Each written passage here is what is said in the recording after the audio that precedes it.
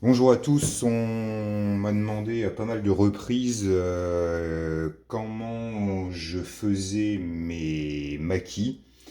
Donc je vais vous livrer un peu l'explication. C'est pas compliqué du tout, il suffit juste de connaître le processus et d'abord d'avoir le bon riz.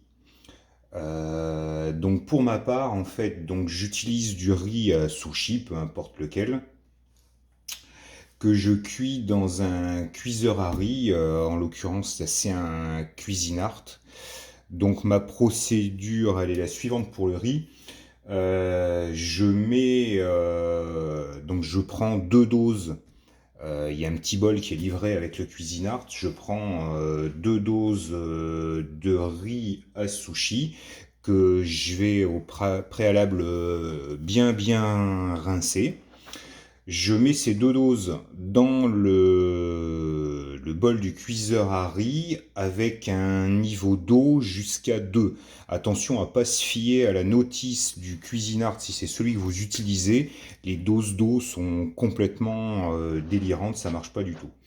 Donc, je fais cuire ce riz sans sel, sans le couvrir.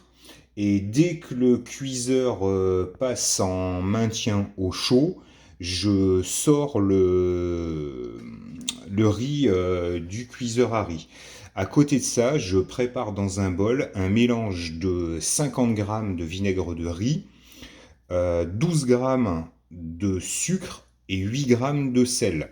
Ce mélange, je vais le chauffer 30 secondes au micro-ondes. Je vais le mélanger pour que le sucre et le sel s'incorporent bien.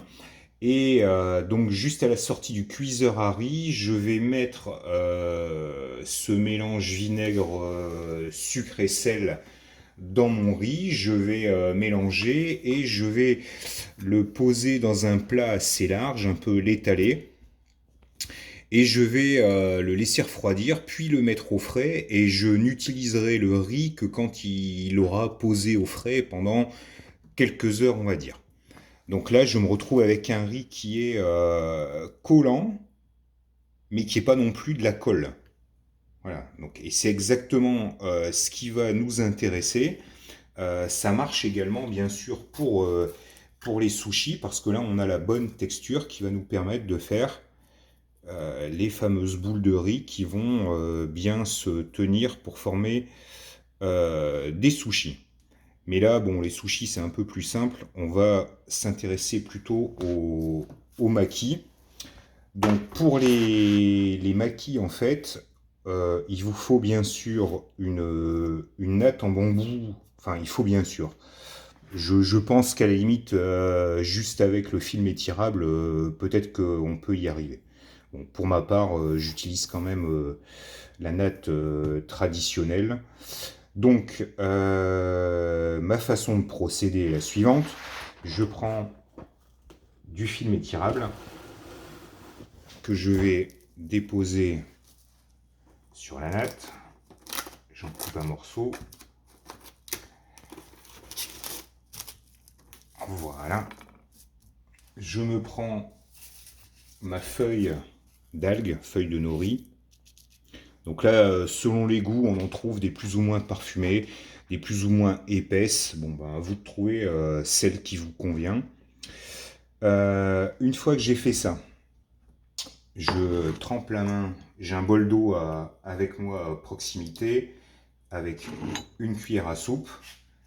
Donc je vais poser à peu près 2 à 3 poignées de riz sur ma feuille d'algue.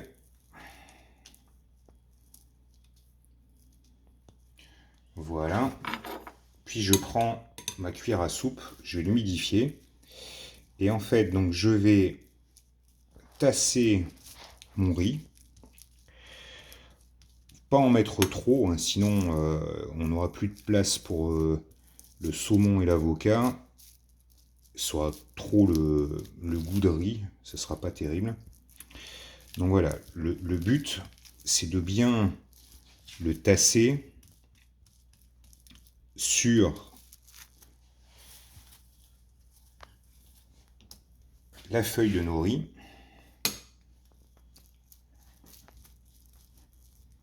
Et on va laisser une bande d'à peu près 3 cm libre en haut de la feuille d'algue.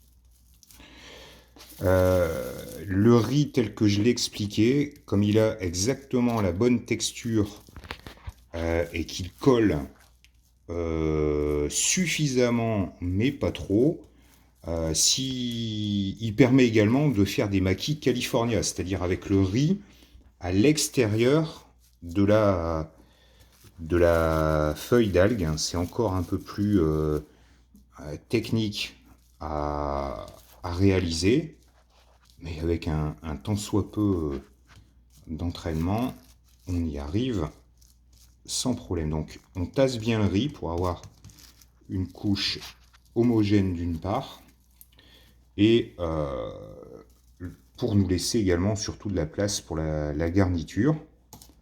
Donc voilà, on fait en sorte que la bande de 3 cm en haut soit bien propre, pas de riz dessus. Voilà. Donc là, alors on peut mettre un peu ce qu'on veut, hein. Moi je reste, je dirais classique, et je mets de l'avocat et du saumon. Il va sans dire qu'il faut du bon saumon, le plus frais possible.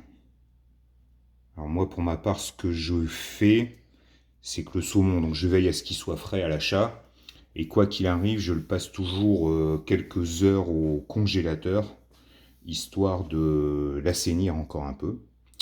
Donc j'ai mis ma garniture en bas à l'opposé de ma bande libre sans riz. Voilà. Et puis là, eh ben pour ceux qui ont roulé des clopes, ça va être d'une facilité déconcertante. Donc on prend la natte, on va viser à bien serrer tout ça. Voilà. Là c'est peut-être le moment le plus délicat, mais c'est quand même très facile.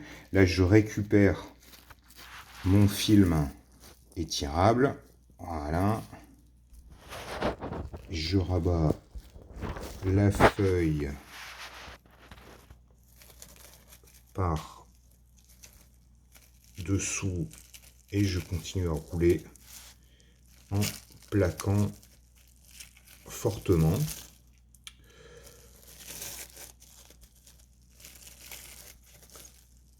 Voilà. Et lorsque j'arrive dans ma zone sans riz, je vais humidifier la feuille d'algue, ce qui va lui permettre tout simplement de coller. Voilà. Je finis de serrer. Voilà.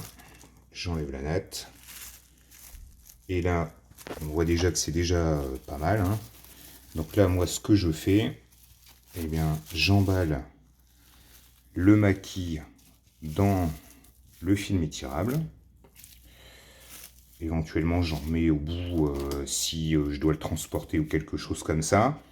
Et je vais le laisser un petit moment, au minimum, je sais pas, 1 heure au frais, pour que tout ça se